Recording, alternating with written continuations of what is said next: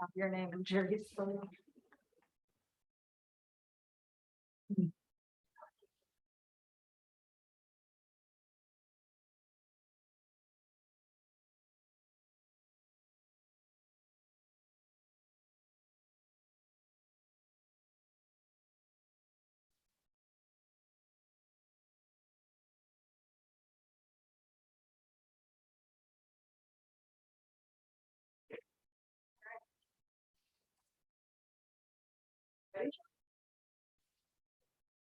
Good afternoon, everyone. My name is Amanda Strickland. I'm the Director of Vincent Services here at the CSC.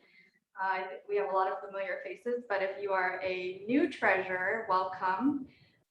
This is a very important topic for your role, so we are excited to share some important year-end information and annual reporting demos today. Although this is a CMS training, we have a brand new Chief Financial Officer on staff here, Cheryl King, and we thought this would be a good opportunity to introduce her today and let her say a few words to you all, because you will be interacting as treasurer of your conference with Cheryl. So we'll let her spend a few minutes talking to you, and then John Pepe, our CMS guru, will go into the annual report functions within CMS. Cheryl, okay, take it away.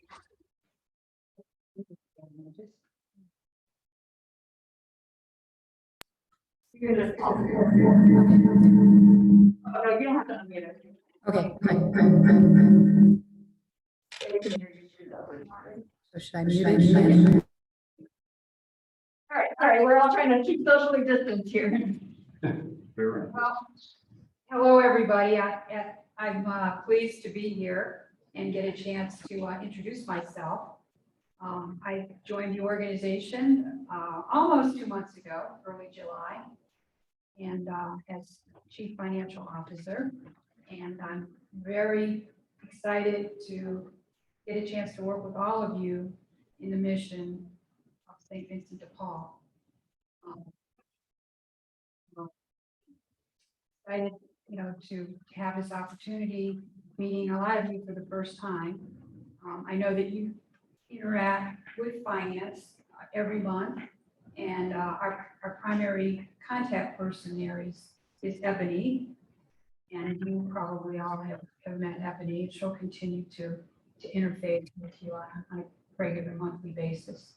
Could she speak up a little better? Sure. Thank you, Laura. Sorry. Okay. Thanks for saying that. So, I'm overseeing the finance function for the council. So I direct all the financial activities that we conduct here. We have a lot of activities that are council related, and then we of course bring in all the conference financial information and report on that every month as well. We're actually going through our budgeting process right now, so we're conducting a very detailed budgeting process with all the department heads and rolling up all the numbers and taking a look at how it looks from an overall viewpoint. We also report. Just in case they can't hear you, so go ahead and unmute yourself and we'll mute here, just to be sure.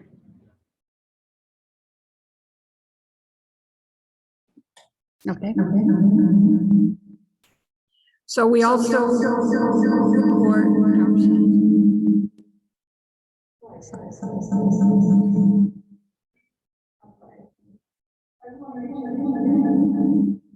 So don't do it.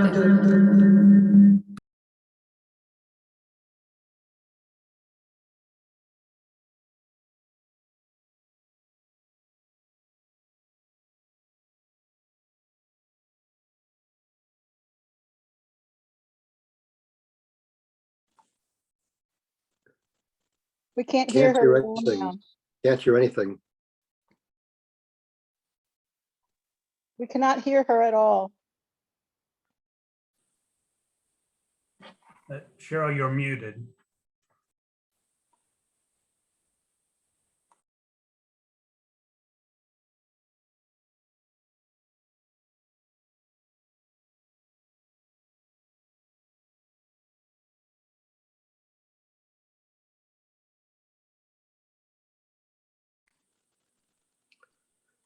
Cannot hear Cheryl.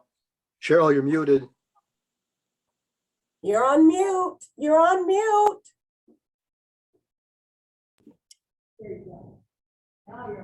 Okay.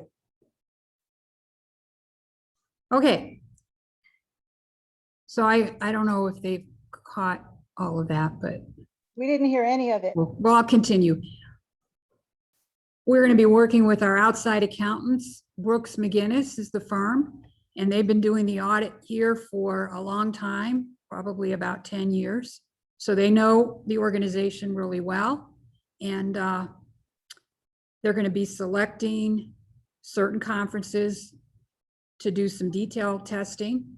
They haven't told me yet which conferences they're going to select, but they'll select certain ones, and then we'll be in touch with what their specific needs are. So you see my phone number there.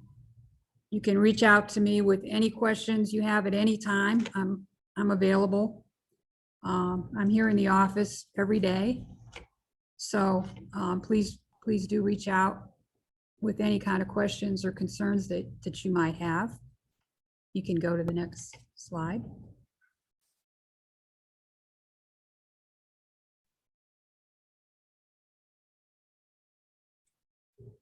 So I can't see though. Okay. So the conference, we're not really going to change the deadlines that you've all had in the past. The annual reports will be due to the council office by October 30th. We would still want to get your financial report, your monthly September report by October 10th. So that'll remain the same. I believe those were the same deadlines that we had in place last year. So we have more time to complete all of the data that goes into the annual report that you can validate, verify, and submit by the October 30th deadline. That's actually a Saturday, so turning it in that Friday or Monday will be great. Then we also request that a conference internal audit report be submitted to the district treasurer by September 20th. So in our bylaws, we require an internal audit be conducted once a year. And the way that that's conducted is indicated here, that it should be by 2 members designated by the conference who aren't involved in the financial process. And it's all laid out within the handbook as far as how to conduct the internal audit. Then there's 2 appendices that would be how you would complete it and the documentation that you would use for that internal audit. And I know some of them have already been submitted, so that's great, but we would request that all of them be submitted by September 20th. That's September 30th. And then we also have requested written conference income and disbursement guidelines. So that's what you use for your own conference, your written procedures over income and your disbursement guidelines. And we would request that you submit those by September 20th. And then I alluded to this earlier, but this is the council-wide audit. So some work is being performed now for planning purposes. And the auditors are going to be letting us know which conferences that they're going to do some detailed testing on, where they're going to ask for some supporting documentation for your individual conference disbursements, as well as some of your income and the support for those. So as soon as we know who they've selected, and we will be in touch with you on that. So that was really all I had to cover this morning or this afternoon.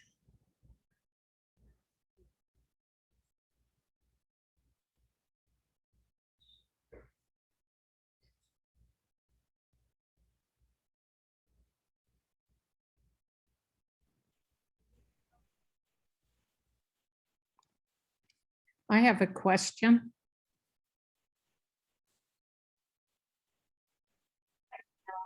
John will lead us in the rest of the training. Get away, John. Good afternoon, everyone, and welcome to the CMS Annual Report Training. This is the third training webinar, if you will, that we've done. We're starting a series of training sessions like this over the coming months. We've already done holiday program, we've done client merge. This is the third, and mark your calendar, September 29th, for all you treasurers that are out there. We'll be doing pledges is the next training session. So if you need a refresher on pledges, or you just want to learn about pledges and see how you can use them in your conference, save that date, and when the registration opens up, certainly feel free to register. As a former conference president, I know the stress that you feel this time of the year with annual report, that there's just so many things you got to nail down. So I certainly understand that.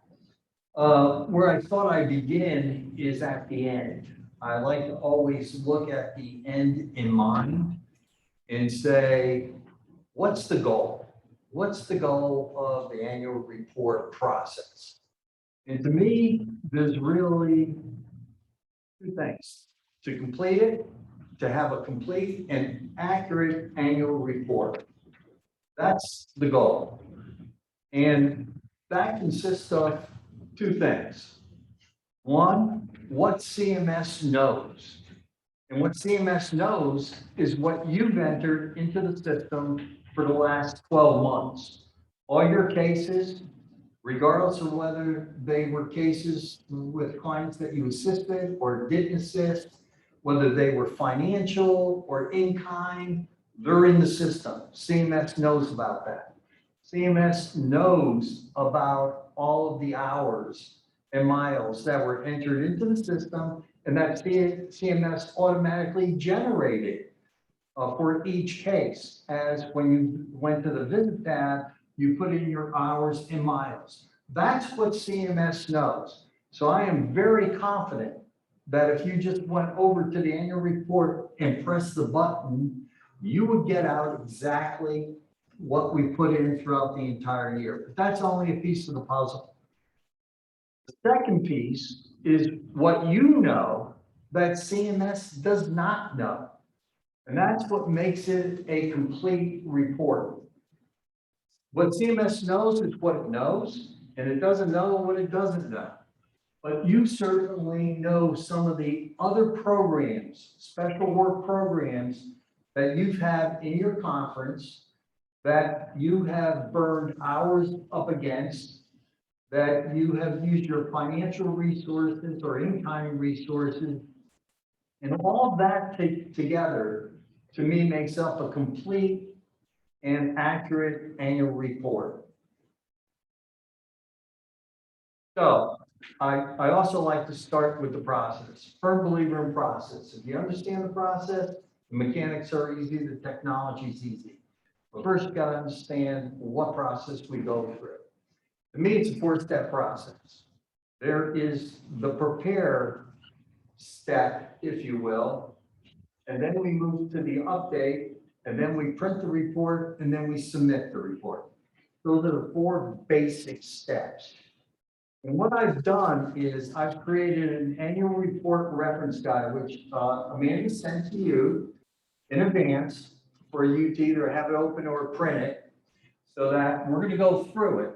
But the purpose of this guide, it's a reference guide.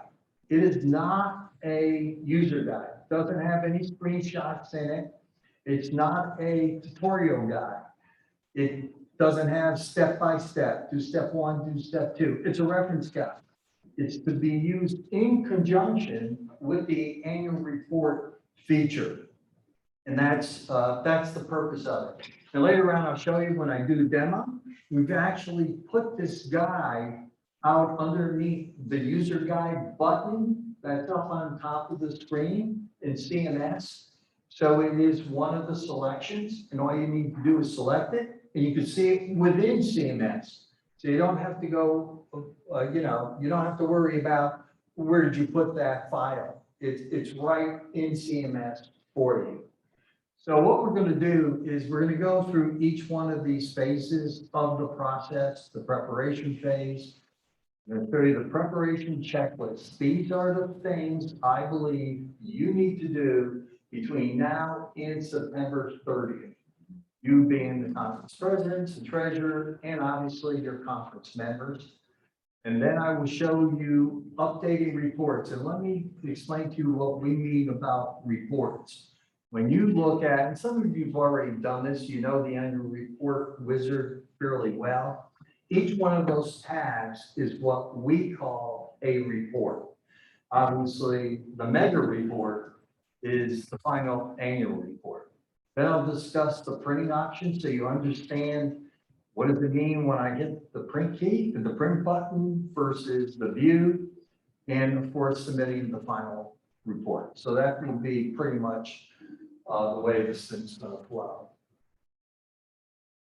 So let me start with the preparation checklist. I developed this for you, not for me, so that you would have a checklist to know what needs to get done. And I believe this checklist needs to get done between now and September 30th.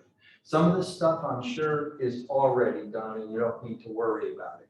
I broke it up by two roles. One, what the conference members need to do.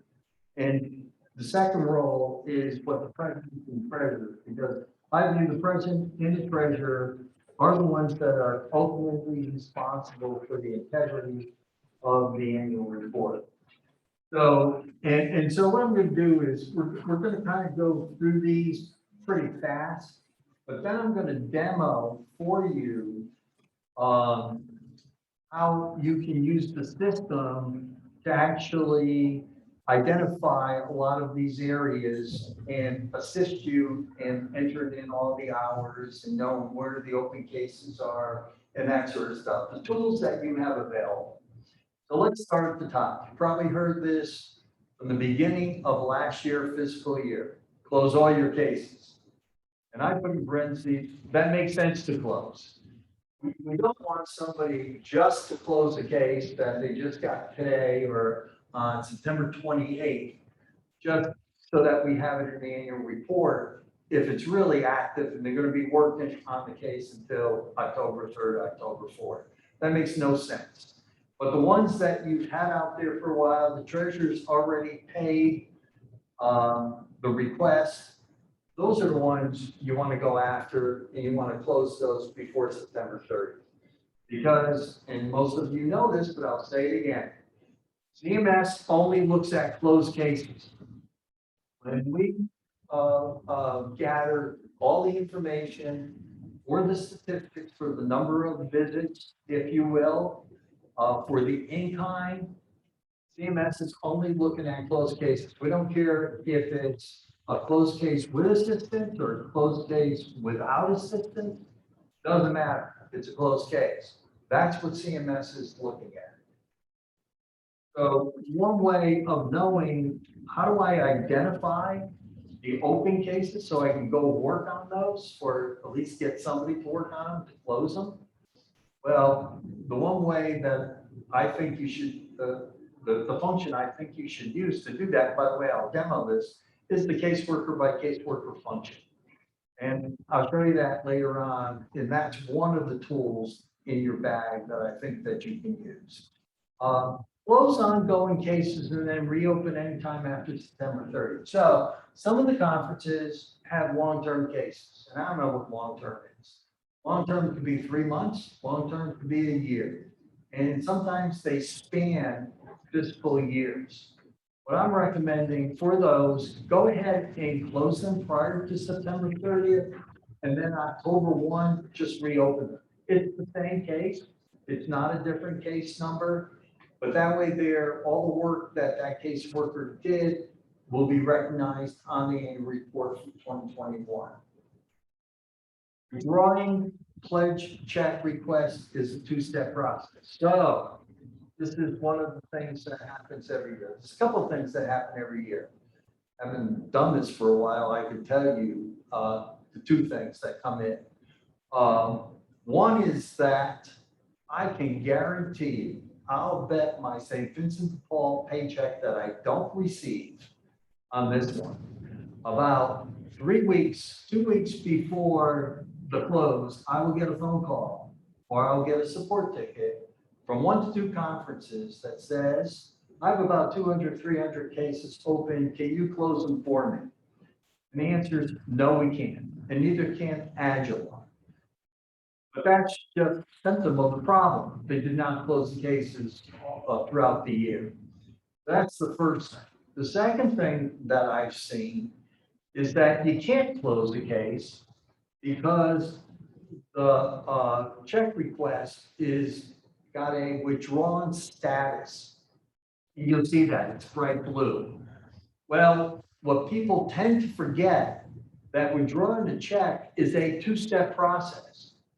You have to withdraw it and they do that fine, but then you have to click on it to delete it. And that's the step that they miss. And that's why CMS will stop you from closing a case. And again, I'll demo some of this stuff for you. Enter volunteer hours and miles. I think we said that a zillion times, and of course, you know how to do that through the app function. But then again, I know that if you're on the CMS app right now, you are having problems. You cannot do that using the CMS app. That what we're doing is for those that are having experience in that problem, well, we're giving them the 4.0 link to do it, which does fix the problem. But again, I'll demo adding volunteer tasks. And the other one that the conference member needs to look into is to verify their age group in their My Profile. And, you know, maybe they had a birthday and they moved from one age group to another age group throughout the fiscal year. Or maybe they still want to say that they're 39 years old. That's fine too. But just take a pass at it just to make sure that it is accurate, because that's information that we use on the membership report of the annual report. When we slice and dice all the membership information by age group is one of the dimensions. Now we get into the conference president and treasurer's stuff to do. One of the things I recommend is that you verify all your members are in CMS with at least a conference member role. And the tool that I recommend that you use to do that is to print your membership roster, because that will show you everybody that's in the system that has at least a conference member role. And obviously, if you don't have somebody on that report, then you don't have them in CMS. And regardless of whether they use CMS or not, they need to be in CMS with a conference member role in order for it to be accumulated on the membership report. Don't remove members that left during the fiscal year because they will not appear on the membership report. So as an example, you had a member that left in December of 2020. Don't remove them. And the way you remove them, conference administrators know this, is by removing all their roles. It's a logical delete. It is not a physical delete. There is no go in there and just physically delete this member. I think the thinking was that they might come back sometime, and all we got to do is reactivate them. But here's the trick. The trick is that you want to leave them there until you close out the fiscal year, and then go ahead and remove them. Don't remove them now. So if you have already removed them and you want them to be on your 2021 annual report, my suggestion is that you just go back in there and reactivate them and give them a conference member role. Here's another one for conference presidents and treasurers for the annual report. There are some categories in the hours and miles that individuals don't record, and they're assuming somebody else is doing it, and somebody else might be your conference secretary, as an example. Conference meetings. I know at Holy Family, what we do, if we have a conference meeting, and there's 10 people, and we spend 2 hours, then that's 20 hours times 60 minutes, that's 1,200 minutes, whatever it is. We make one entry in CMS, our secretary does for that, rather than every conference member going in there saying, I spent 2 hours and I drove 5 miles. Our conference secretary does that each and every month. There's other categories like that, like your Christmas program. Rather than every member, and by the way, you had some non-members maybe that participated in your Christmas program, you can go in there and just make one entry for all the minutes and all of the miles, and it shows on the report. You gotta remember, the thing that CMS or that everybody's most interested in is really the total hours and miles. It's not so much the breakdown, although we give the breakdown, that's not where the eye goes. The eye goes to the total hours and the total miles. So don't let perfect be the enemy of good. It doesn't have to be perfect. So if you find a category and it's not exact, then use something that's close. But get the hours and get the miles in at the individual level and also at the conference level. The last thing I'm recommending that I did not do when I was the conference president, so I am guilty, is to create what I call a special works program worksheet. And the reason why that's valuable, it's valuable for you. You're going to need it, whether you do it on a piece of paper or in your head, doesn't matter. At some point in the annual report process, you're going to need to update some totals on the visit side and on the in-kind side. And my solution to that problem is create a worksheet ahead of time. Also, it's great as you pass the role on to somebody else, they know exactly what to do. They got a template. And that's valuable for the next president or the next treasurer. Okay. Here is the special works program worksheet that I created. And again, this is only an idea. You don't have to do it. CMS doesn't require it. It's a way for me to get organized so that when I do need to update those payment reports in CMS, I have all the data and I thought through it. So these are examples. That's all they are. So some examples of some of the special programs that you might have. Special works programs is a Christmas program, Thanksgiving, school backpack, summer lunch, food service, and who knows what else you got. But these are things that only you know. CMS does not know about them because they were not entered into CMS. You had a Christmas program, I'm sure you spent money, maybe you used some in-kind food, and certainly you had volunteers that put in a lot of hours and drove a lot of miles. That's the kind of information that needs to go into the system. And just this is an example, and we'll be working through this later on. Let me go to the top there and show you that for our Christmas program at Holy Family, and again, these are you probably shoot me because they're not exactly accurate, but it's just to make the point. We have a Christmas program. We have a Christmas party with our clients. And on an average, it's usually about 60 families, figure about 3 people in family per family. So that's about 180 people. And we'll give them gift cards, Walmart gift cards that our treasurer actually goes out and purchases. Now we get those funds obviously from a special collection that we take, our giving tree collection during the Christmas season. And that's what we use the funds for to go buy the gift cards. The other thing is we feed them and we give them food. So although this is not a perfect example, but it's a good example. I'm gonna say that the food was all donated. It's in kind. Okay? So let's go to the top line. We had 60 families. Number of people's 360, and we'll talk about that in a minute. Why 360? So of course, there were 60 people times $200. We spent $12,000.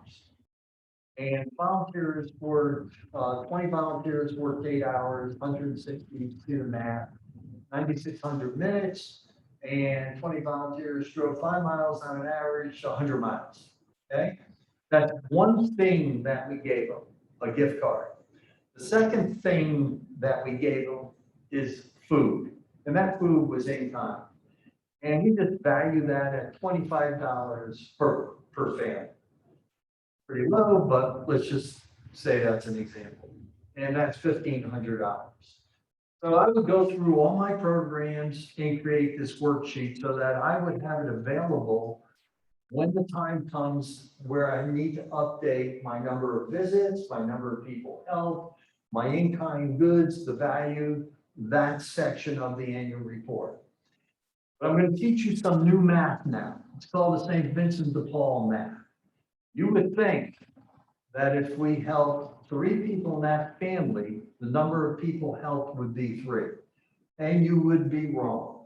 That's not the way that we count at St. Vincent de Paul, number of help. So get your eyes to go to the bottom of the screen there to where it's where the box is, number of help calculation. This is the St. Vincent de Paul math.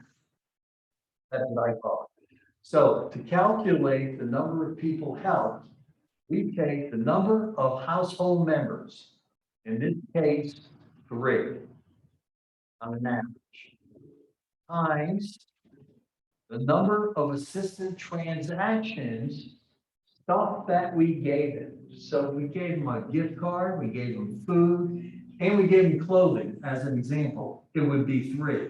But in this example, it's 2. So that's 6 per family times 60 families. The number of people we help is 360. That's the way we count number of people helped. So if you didn't figure that out by now, that's the way we do it. We didn't make up that formula. That formula was given to us by National. So this is the way that they want us to count number of people helped. Okay. So I think I am now ready to do some demoing. I promised you I would do. Okay, so let me, Amanda, are you there? There you go. I did it myself. Okay, cool. Okay, so if you remember one of the first slides that I showed you, what the conference members need to do, what the conference presidents need to do, and we kind of talked through those. Now I'm going to show you the tools that you have available to help facilitate all of that. So let's start with open cases. How can you identify? So I said, close all your open cases. You said, that's great, John, but how do I know what they are? Well, go to search, go to cases by caseworker.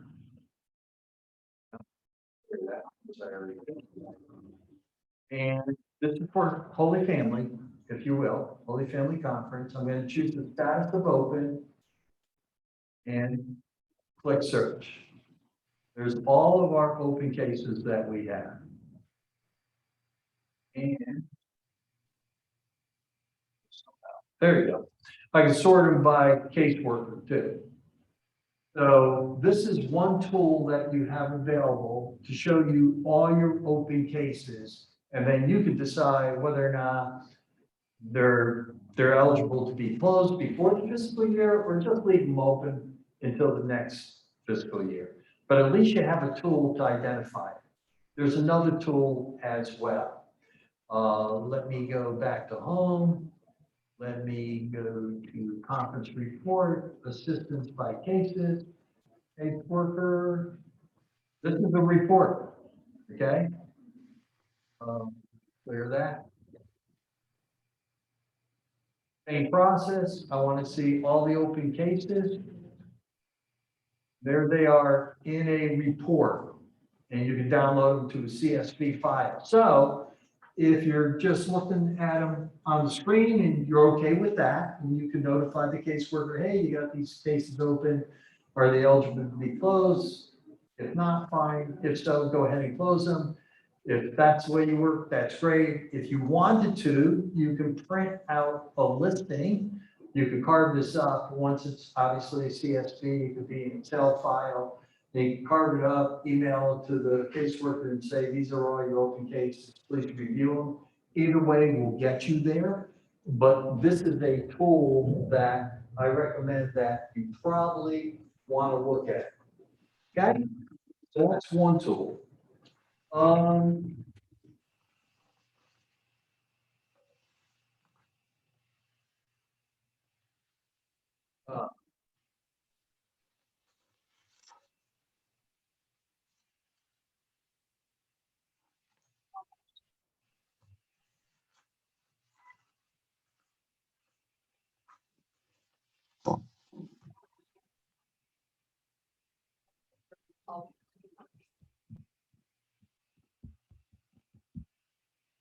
Why is the number of health always understated in CMS? Well, I don't know what that means. If you're saying I'm counting X and CMS is counting Y. And you're probably referring to the monthly report because we certainly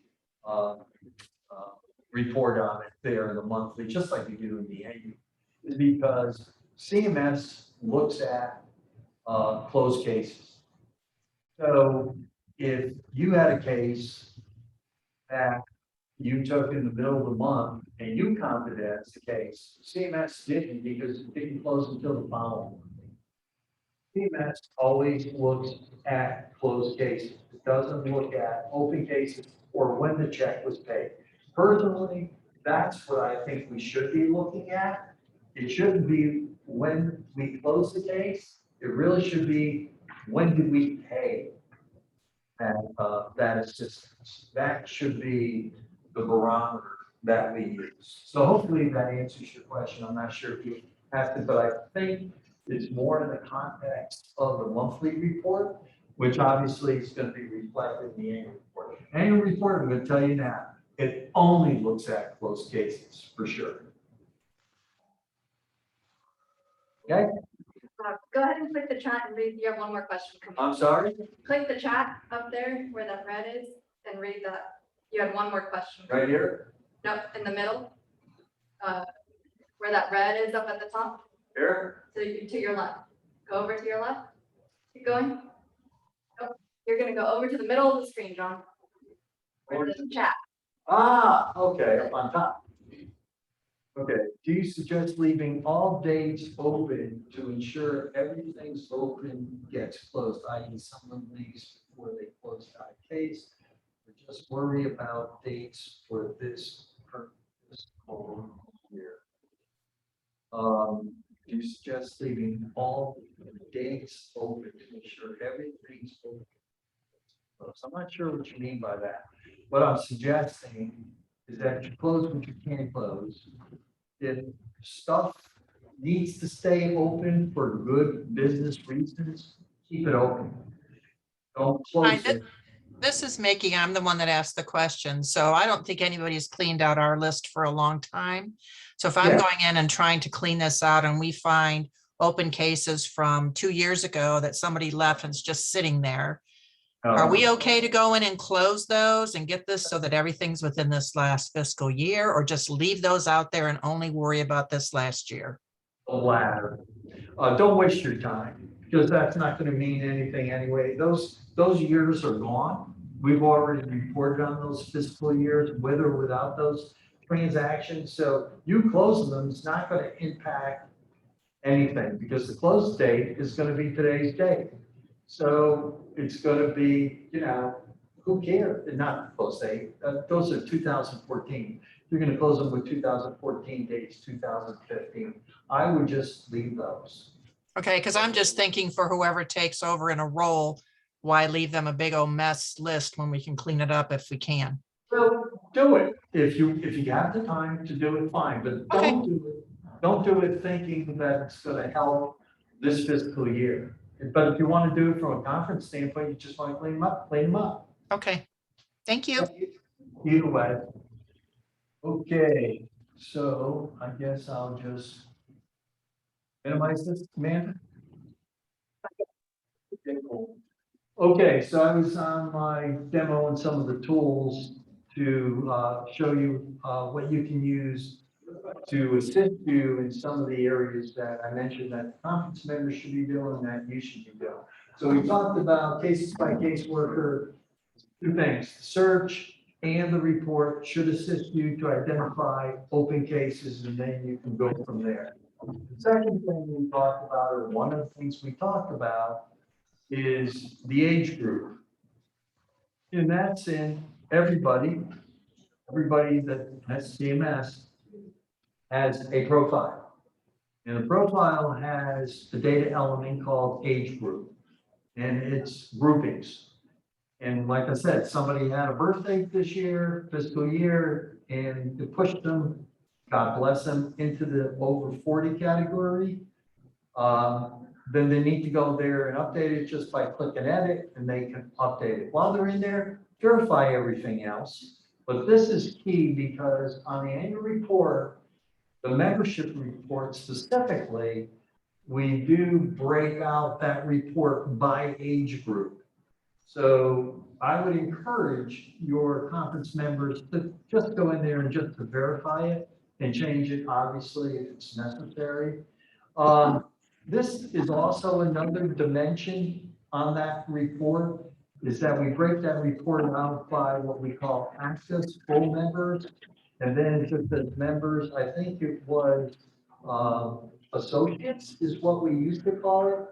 I think that's in the eyes of the beholder as far as the conference is concerned. The way we interpret it is we think of an active member as somebody who is very active. They have a role as a case intake person or a case worker or a treasurer or a president, and they're always involved in a lot of the special programs that we run, like our Christmas program.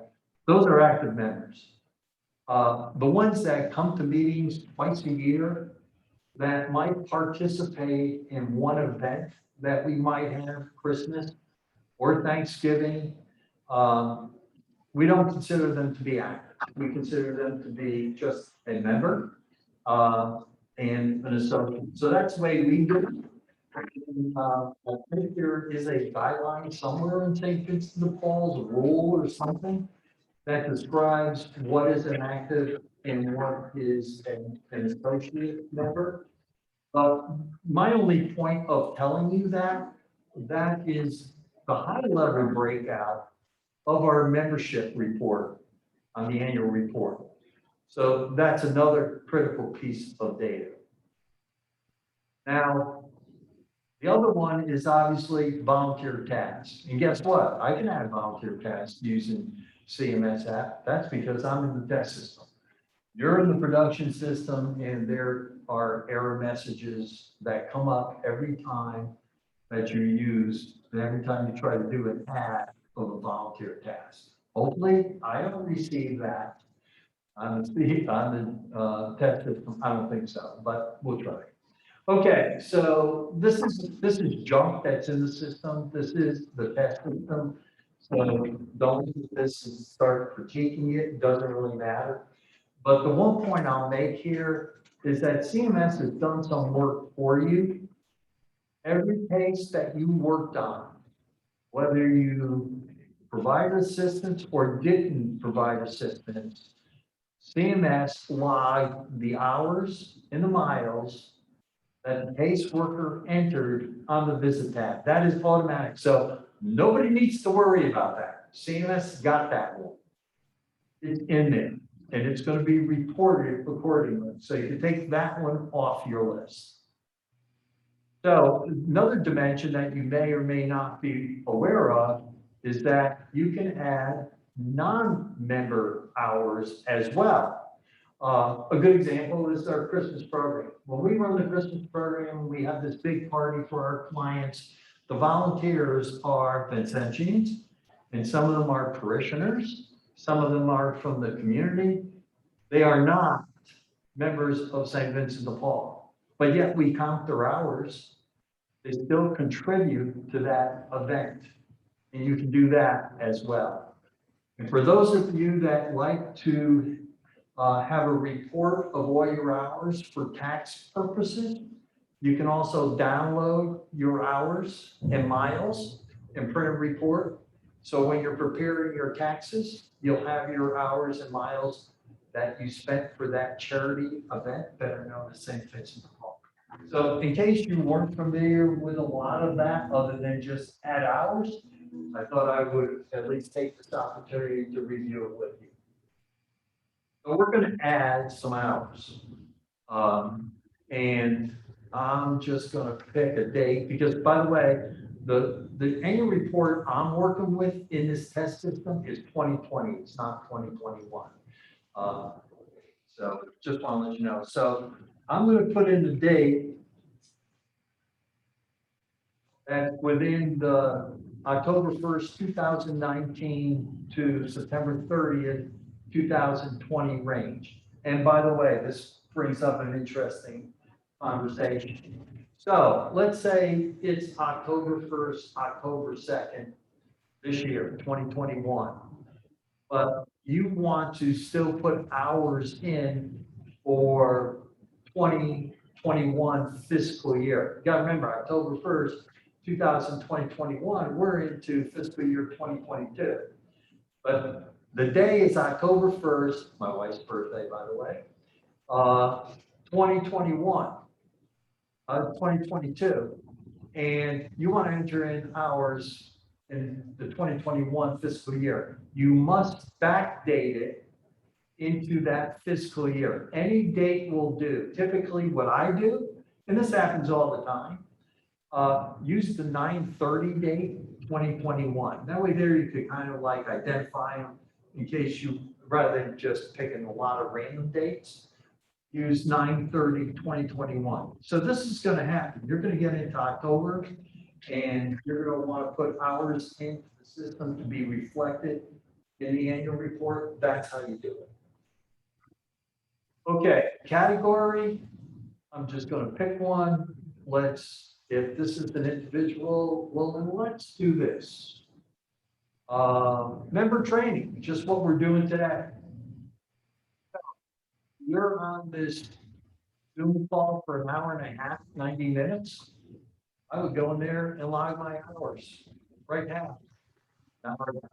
After the session's over with. And let's go someplace for the Zoom, it's probably 0 miles.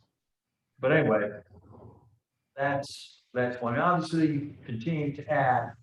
So that's for an individual, would probably do things like that. You need to see all the categories. And once again, this isn't going to be perfect. You're going to come across some activities that it just doesn't fit neatly in the box. You can't find one that says exactly what it is. Just pick one. Pick one that's close enough. Once again, don't let perfect be the enemy of good. We're not looking for perfection. We're looking for good, very good. So if you can't find it exactly, just pick one. So if you're a president and you have to then record hours at the conference level, and let's say that is for your Christmas party that we used before, the Christmas program, so that each individual doesn't need to go in there and do that. I'm sorry. There. Okay. So Christmas party, their Christmas program. You just want to record everybody's hours and miles, minutes in this case, obviously, rather than everybody go in there and doing that, and especially since you had, non-volunteers. But this is for your volunteers. You would record the non-volunteers by using the non-volunteer task function. So you just go in there and put in the minutes, and let's say it's 2,000 minutes. And on an average, all those volunteers traveled, who knows what, 300 miles. total together. Okay? Now, this is important. Save button. If you don't click save, you're gonna call me up, you're gonna send me a support ticket, which I've received. And it says, I put in my hours and miles and they're gone. Well, you didn't click save. You have to click save. And we're gonna get a date problem right there. So once again, I'm just gonna put in 06 dash, well, I'm gonna use 07 one again. So I can do it fine. 07, 01, 20, 20. System stopped me because I didn't put it in. I click save. And more than likely, they should be there somewhere. There they are, 1 and 2. They're out. If you wanted to delete those at any time, or if you wanted to change one, you go into the edit function. Just because you really can't change the ones that are system generated, but you certainly can change. So if you made a keying error, or you thought of a better category than you had in there originally, you go in there and update it, or you can go and delete them. If I want to delete those two, just check the box there and delete. Let's save. Well, they won't be gone. And now if we go back, they should be gone. And they are. They're not in the list at all anymore. So that's the tool that you can use for volunteer hours. The other one I wanted to show you is that withdraw a check problem. So you know what it looks like. So when you see it, you know about it and you can deal with it. So I have a case out there, and I'm going to go to Mika Porter's case. And I submitted a pledge request for Mika for $125. And for whatever the reasons, and the reason might be that she doesn't need the money anymore, she called me up. I get very few of those kinds of calls. Or we made a deal with her, she had to pay a certain amount of the electric bill before we pay our share, and she wasn't able to do it. What I want to do is withdraw the request. Now, this could be a check request, or it could be a pledge. Really doesn't matter. In this case, it's a pledge. I will click on it. The first step to withdraw is to click withdraw. It says withdraw as approved pledge. Yes. Now, this is what you see. So if the caseworker tried to close the case, at this point, the system would not let that caseworker close the case because they haven't completed the withdrawn process. Like I said, it's 2 steps. So the first step we did. The second step is to delete it. Once it's deleted, now the caseworker can go ahead and close the case. Okay? So those were the tools that you have available to help you prepare ahead of time. And so you get all the data in, whether it's the hours, you're checking for the age group, or if it's closing your cases, whatever it might be. These are the tools in CMS I recommend that you use that will make the process go a whole lot smoother. The other area I want to show off, the other feature, is that just last night, I had Aguilar load, you know, the reference guide you have in front of you right now, that is in CMS. So you go to the user guide, if I do this right, there is the reference guide. So it is available to you, so you don't have to worry about, you know, where'd you put that on your PC? You can't find that document, that file any longer, or it comes next year and you forgot all this stuff, God forbid. Well, all you gotta go is to the user guide, and this reference guide is there. Plus there's another guide out there, I believe, that we have that's straight out of Aguilar. This is out of your user guide, it's just a section. And I think if I scroll here, yeah, the annual report. annual financial report. This is the user guide. Mine is not a user guide. It's a reference guide. It's to be used in conjunction with the system, not to be used as quote standalone, if you will. Okay? So, that's that. I wanted to show you, so I am now going.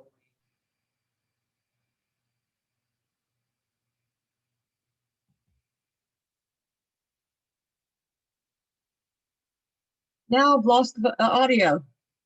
I'm sorry? You lost the audio? Actually, no, I've lost the picture. I can't see anything.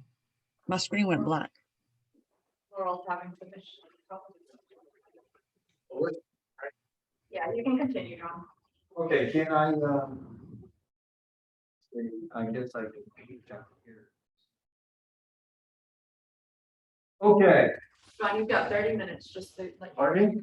you're at 1 o'clock. I'm at 1 o'clock already? Okay, we're gonna go through this. So, and I gotta get up here to see the toolbar. I gotta see the. I'll open it up. And. Okay. Yes. What we're gonna do is we're gonna go right into the demo of the annual report is what we're gonna do. Okay, so the path to the annual report is, the way you get there is through check register, financial reports. Of course, you're familiar with that tab. You live it every day. You might be familiar with that, but this is the annual report. What you see when you get here, this says start 2020. This is the start date. There are a couple things that I wanted to review with you before we got here that bring up. But if you look at the page that says things you should know before using the report wizard. So I'm just going to read them to you. You have your document. The system opens up the annual report on August 1st. I don't know why August 1st, but it's August 1st. The annual report access, I just show you the path to it. When you get there, you will see the start button, which you see right there. It's a big button. You need to click it. When we get to the report wizard, and that's what we call it, the annual report wizard, you will see on each tab, there will be an initialized button, and you would click that to initialize that report. What that does, it goes out and gathers all the system generated data that's out there for CMS for that specific report. There's another thing that you should know. These are just general things that you should know about the wizard as you go through. When you see a check in a column or next to a field, if you will, that means that value was automatically calculated by CMS. Now, if you want to override that, and you say, well, that's great, but guess what? I know some other things CMS does not know, and I need to up that count by 25. What you would do is uncheck that box and replace, not add, that total with your total that you want it to be. So these are just some general things that you'll see throughout the wizard. But if you ever say, well, you know, I was wrong, I really want to use the system generated amount or count that's in there, just check the box again and click recalculate, which leads me into the next two. Your friends in the annual report are the recalculate button and the save button. Trust me, if you make adjustments to the annual report and you don't click the recalculate, it's not going to recalculate it. You're going to have the old values in there. And if you leave a tab without saving it, I don't know what's going to happen. I've seen it where it works fine. I've seen it where you lost everything that you entered. So a guiding principle, click recalculate after every update, click save when you leave the tab. And do not print. There'll be a print key, as you will see when I open this up. There'll be a print button up on top. Do not click it until you are sure you're ready to submit the annual report, because what that does, it publishes the report. And you know, as treasurers, once you publish a report, you can't change it. It is gone. You can call somebody up and tell them you made some mistakes or write an email, but you're not gonna be able to change anything. So do not press that print key. You can review the report anytime through the process, but don't hit that print button until you are certain you are done. Okay, so those were just some general things. So let's go and let's start the annual report. So the first thing that you see is, and I don't know. John, Kevin Dunn. Hello? Yeah, a question. When I open up this page, it says start 2021. You are dealing with 2020. Is this just for demonstration Yeah, purposes? Yeah, I'm in the demo system. You're in the live system. So Okay. I'm demoing, mine's 2020. Yours is 2021. Okay, good. I just wanted to make sure I wasn't It should misunderstanding. be. Thank you. Okay, so this is your title section. This is, again, we call these reports, each individual report, we call this the wizard, because you can bounce around anywhere you want. You don't, it will not lead you through like case intake does and case worker does. You can bounce around from tab to tab to tab. So the very first report is the title section. Now, all of this data, where does it come from? If you go to My Conferences and you go to your configuration page, you will see that you have this data, the name of your conference, and I think there's the second page as well. I can't remember the names. I'll have to, well, now I want to go back. But anyway, this, you cannot enter anything here. As you can see, these fields are protected. But if you haven't completed this information or you need to complete it, go to My Conference, go to your configuration tab, and you'll see that you'll be able to enter in the data. You come back here or populate it. The only required field here is, as you know, asterisk means required, is the date. So we're going to use N/01/2019, because this is the 2020 report, remember. 09/30/21. That's the only required field. And by the way, if you ever try to review or whatever, it will stop you. It will say that's one required field. There's two, and I'll show you what it is. And of course, like I said, always click save if you want to be guaranteed that that information was saved. So then you move to the next tab. It's the membership. I tell you that when you enter, except for the title section, for the first time, as you enter in, you will always see an initialize button. Go ahead and press it. What happens is it goes out and populates the information that it has into the report. So this is what it knows. Like I said, it doesn't know what it doesn't know that you know. So if you know for whatever the reasons that really that you have three members, we should be so lucky, under 19 years old, and you can't remember one of the guiding principles, you could uncheck, I unchecked the wrong box. You could uncheck that. You change that number to 3. Remember, 2 of your friends up here, recalculate and save, or recalculate.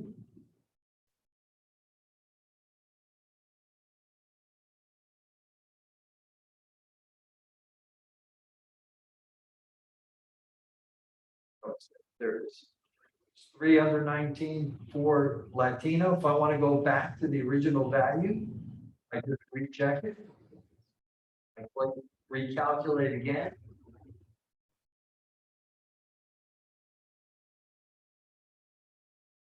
And now, I think my keynote should be 0, what it was before, just kind of reset it back to what it was before.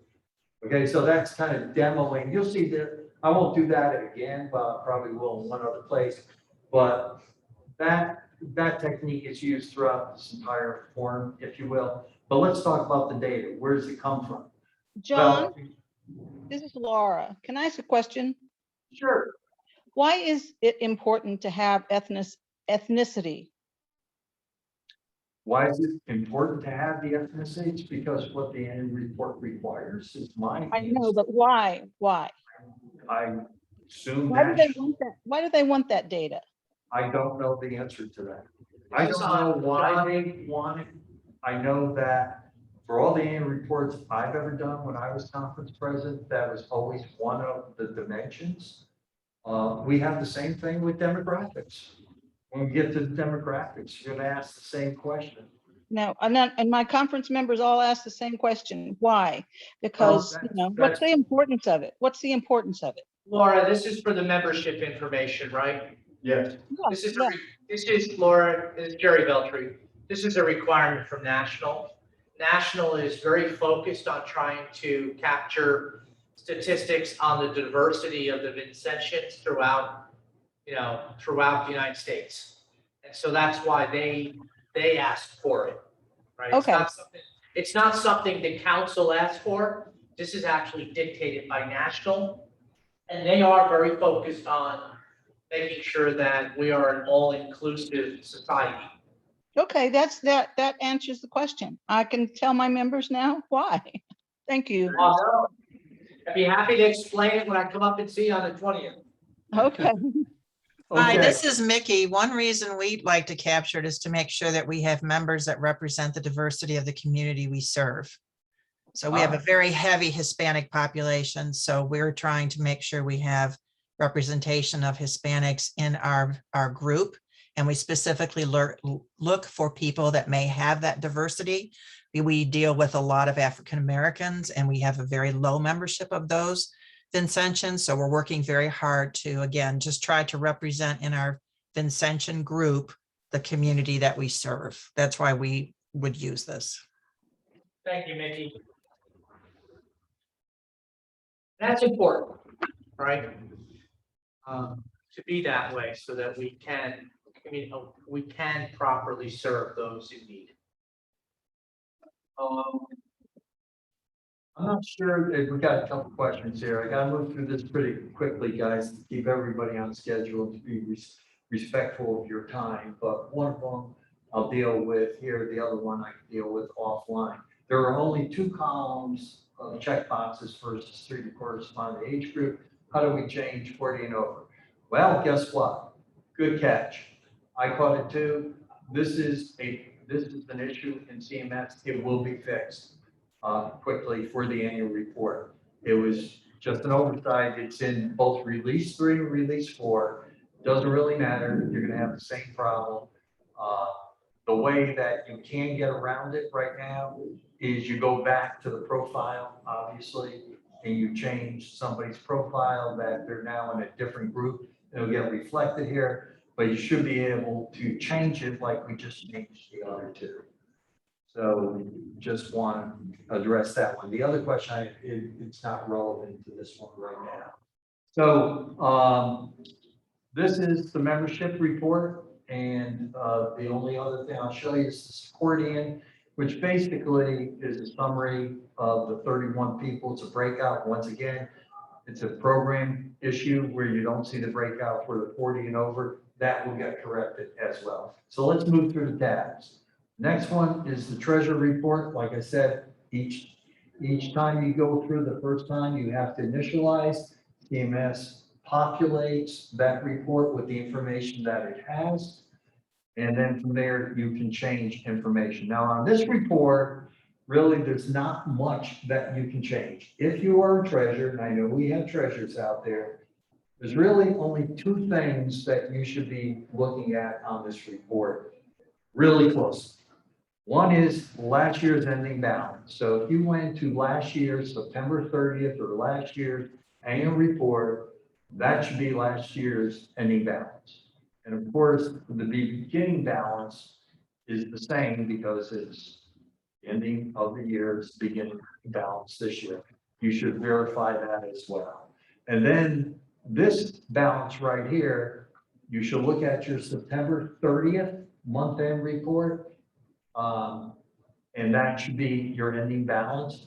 That should equal your ending balance on September 30th report as well. So that's what you're looking for. The ability to change last year's ending balance, I say no, unless you really have a need, and I would check with Jerry or Amanda first, or somebody in accounting of why you're doing that. Because obviously last year's ending balance is just brought forward. And if you think it should be different, then there could be a different problem. But of course, with the C and the check mark, you can do. So this is just a report. Of course, you look at the receipts, you got the expenses, and you can go through it, you know, all day long if you want. And eventually I'll show you, we can preview the entire report. So the action really happens here and here, in goods and services and visits and services. So typically, you know, this is where you'll probably make some adjustments once again in order to use this. You want to initialize it initially, see what the system says. In my example that I used for my Christmas program, I did give those 60 families food as part of the Christmas program. So I'm going to go in and I'm going to update that with some totals. I'm going to update the food number of times, and that's really, in my vernacular, number of families. I gave 60 times.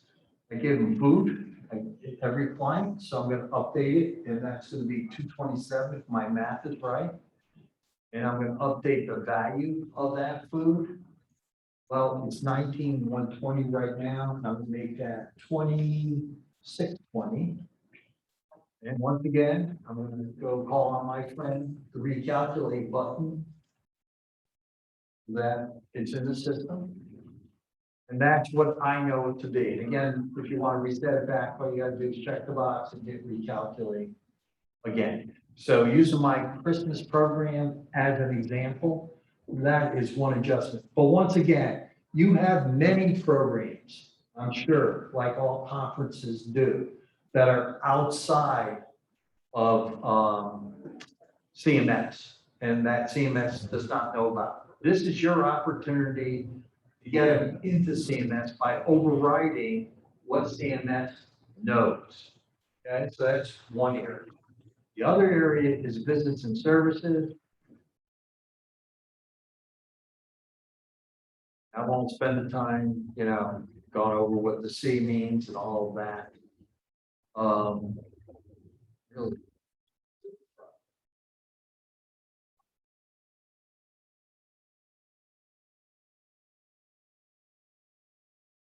Okay, so this is what's in the system right now. We have 150 people, 153 people held, home visits, you know, all your visit types and that sort of stuff. Here's the total number of visits that you have. Here's the total number of people that you held. If I want to change that, and in my example, my Christmas example, I'm going to change that 323. I'm going to change that 323 to 383 because I held 60 families as if I did 60 home visits, but it's an other in-person visit. That's one, and I'm going to change the number of help to I'm going to add 360 to the 1456, which is going to be 1816.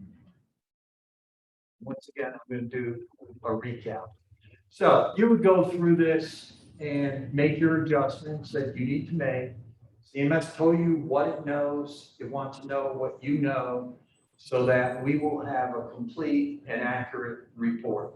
Hey, John, Yes. after recalculate, don't you have to click the save? Yeah, no, you have to click the save. I say click save when you leave the tab. If I'm about ready to leave this tab and go here, I would click the save there. I didn't do it before, so I'm trying to get through this.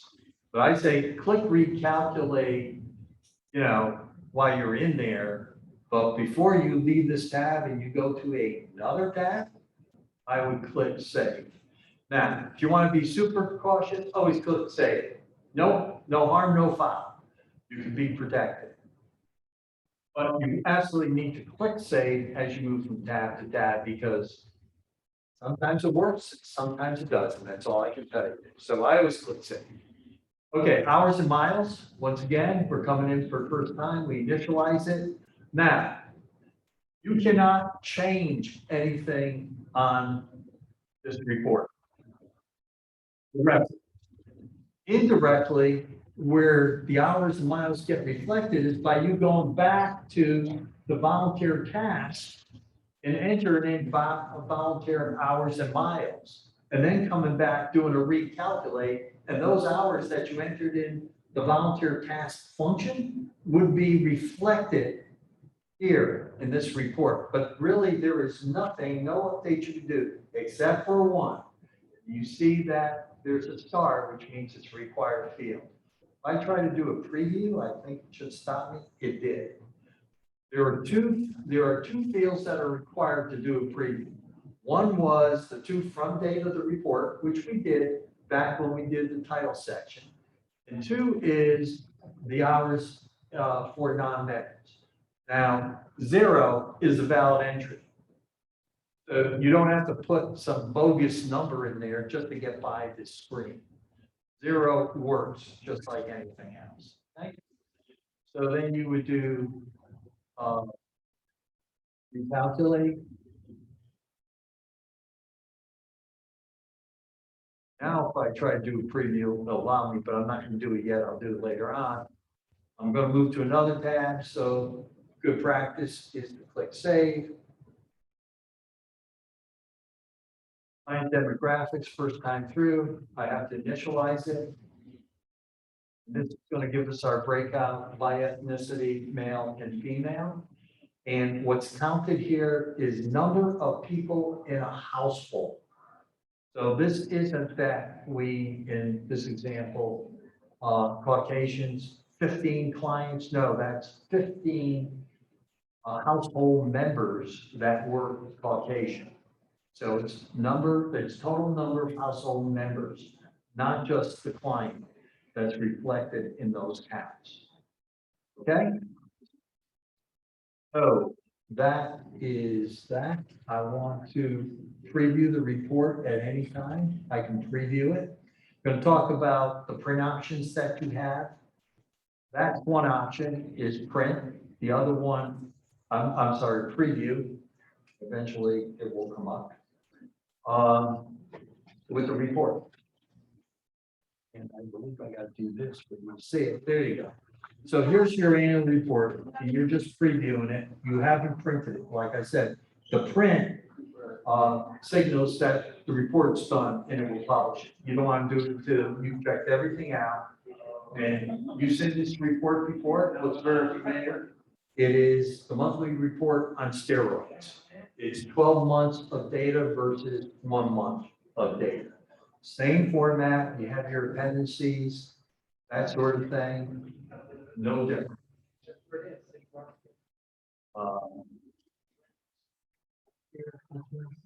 Yeah, okay, so that's the preview. Once you print it, what will happen is that it will publish the report. And you're familiar with that because that's what happens when you do your monthly reports. They get published on the monthly. Well, this will get published under annual. Like the last one we published was 2019. I haven't published 2020 yet. If I did that, then it'll be in that column. And then at any time, I can click on it and view it, but I can't make any changes to it. just like you can't make any changes to the annual, to the monthly report. So same, no difference. Let's see, was there anything else on here that I was gonna show? Oh, just one thing about going back to the in-kind goods and services. And we talked about this, and this is one way to change it. I think you all know this, but I'll just repeat it. If you go through Express Assistance, and it's a good practice that you do for some of the programs that are outside of CMS. And again, I'll use Christmas as an example. When that event occurred, a good practice would be to go into Express Assistance and put in, the information that's required. And one of the pieces of information is the value of that food. In our case, it was $1,500. And then it would be automatically calculated in CMS for the annual report. You wouldn't have to go in here and adjust the total for the dollar amount. You would have to still adjust the total for the number of times because Express only counts it as one. So you would have to still up this counter by 60. But here's my point. My point is, we all wait to the end of the fiscal year and then try to remember all the stuff that we did. We did a lot of stuff besides enter cases into the system. Well, a good practice is to enter it in through Express Assistance for in-kind when the event occurs or right after event. So the event occurred, so you won't have to remember that piece of it. I just thought I'd pass on that little hint. It's helped me at times, so that I don't have to go back and try to recreate the year all over again.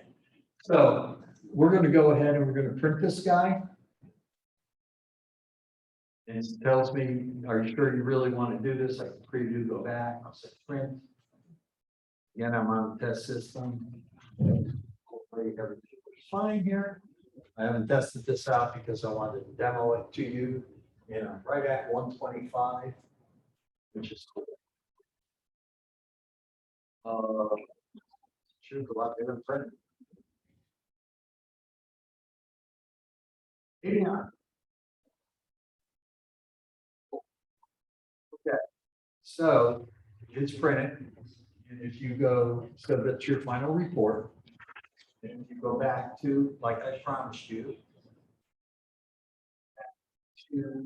Now, from this point on, you can view the report. Now you see the view link. And if you go through the reference guide, the last page there are your print options. And the last thing I talk about is submit. So the last phase to the process. Remember, it was prepare, it was update, it's print, submit the report. And I think the deadline, my slide, I think says October 31st. I was a little more gracious and giving you one extra day. I talked to Cheryl before, she said October 30th. So let's stick with what Cheryl said, October 30th. And when your annual report is due to the CSC, and I think you send them to Ebony. So preferably, they would like the electronic version. So if you want to create the PDF, send that along with an email and say that you approve, because obviously this goes to the president, he's got to approve it, and then on to the CSC, and that serves as an electronic signature. If you're still old fashioned and you like sending in paper, or if you like faxing, I don't know why, but if you do, that's cool too. We'll take it that way. But you need to sign the report. You need to sign the treasurer's report. There's signature blocks there for the treasurer and for the president. And then you can fax it in or you can mail it in. The point is, you get it in. But I'm going to go back to the original statement that I made. What's important here is to have a complete and accurate annual report. And CMS cannot do it alone. CMS knows what you put in and values what you put in your conference put in all year long. And I think it will record it accurately. But there's the other piece to it of what you need to put into the system too. Besides national wanting a report, it's not why we do it. Because national wants assurance. The primary reason is why it's one of the reasons. And because Cheryl needs it for the auditors and Georgia needs it for when we apply for grants, this information is extremely valuable. The way I look at the annual report, it tells me about all the sacrifices that our volunteers made in order to make this happen, and all the neighbors that they served, the people that they helped. That's, you get underneath the numbers, that's what it says. We changed people's lives. Look what we did. And it's not to pat ourselves on the back. It's to know that we're doing something really good for our neighbors. So I don't look at just the numbers. I look at what's underneath the numbers. There are requirements. National does require it. Georgia does require it. We need to have it when we apply for grants. Absolutely. Some of you use it. I know I used to use it as a president. We put it in our parish bulletin to show our donors, our parishioners primarily, how we spend their money and look at the good that they did. We do that. We used to do that on a quarterly basis. Now we do it on an annual basis. But the point is that's what's important. That's what the numbers tell us. They're not just numbers and stuff we have to do. That's why I'll go back and say the preparation phase is your most important phase. And you can do it right now between now and September 30th. And I showed you all the tools that you have available to make that process as smooth as possible and less stressful. Like I said, I was a conference president and I know the stress and I know the challenges of an annual report. And hopefully CMS with the tools that it has available just makes it easier on you and all your conference members. So I thank you and I'll take questions. It's exactly 1:30. So if anybody's got a fast question, I'll be glad to answer it. If not, certainly submit it through the chat and I'll try to get to you or try to get you the response as quickly as possible. That's it. Thank you, Don.